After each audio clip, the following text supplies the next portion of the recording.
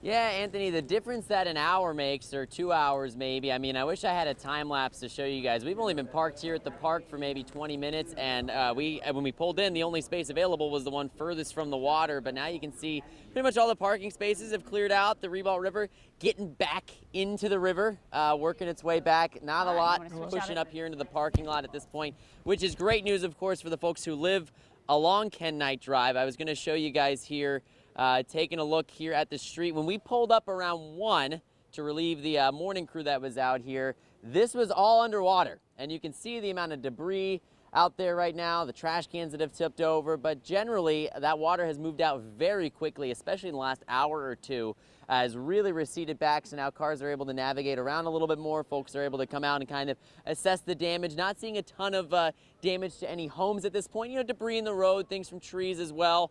We will show you, though, the part that seems to always have the worst of the flooding is this park. This poor park here, Charles Reese Park.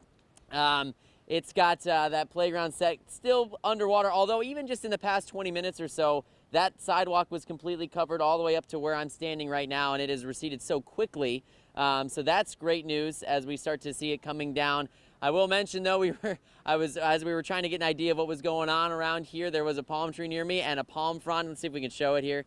Palm frond dropped down a little too close for comfort. It kind of came down and it was close enough to make me jump. So we're standing in the open now, far away from any trees, because the occasional gust of wind comes down and, you know, some of those branches have been loosened up at this point, some of those palm fronds. So making sure that we're keeping an eye out for that. But just wanted to show you guys how quickly the water has receded. Before, we were only able to see big trucks making its way through, but now most cars are able to come out if they need to, and to assess what's going on around here. And then also, the Ribault wraps around behind me. Actually, you can see some kids playing basketball. They've been out there for a while. The court's pretty high, so not a lot of water up there. But as the Ribault wraps around, a lot of those homes on that side of Ken Knight, on the west side, they do seem to have water coming up in their backyards quite a bit. So hopefully we'll get a chance, now that things have cleared out a little bit, to check in with some of these homeowners. But we did mention, when you guys checked in with us about a half an hour ago, that there weren't a lot of folks that went on the emergency shuttle. So perhaps that's a good sign. Maybe they felt like they could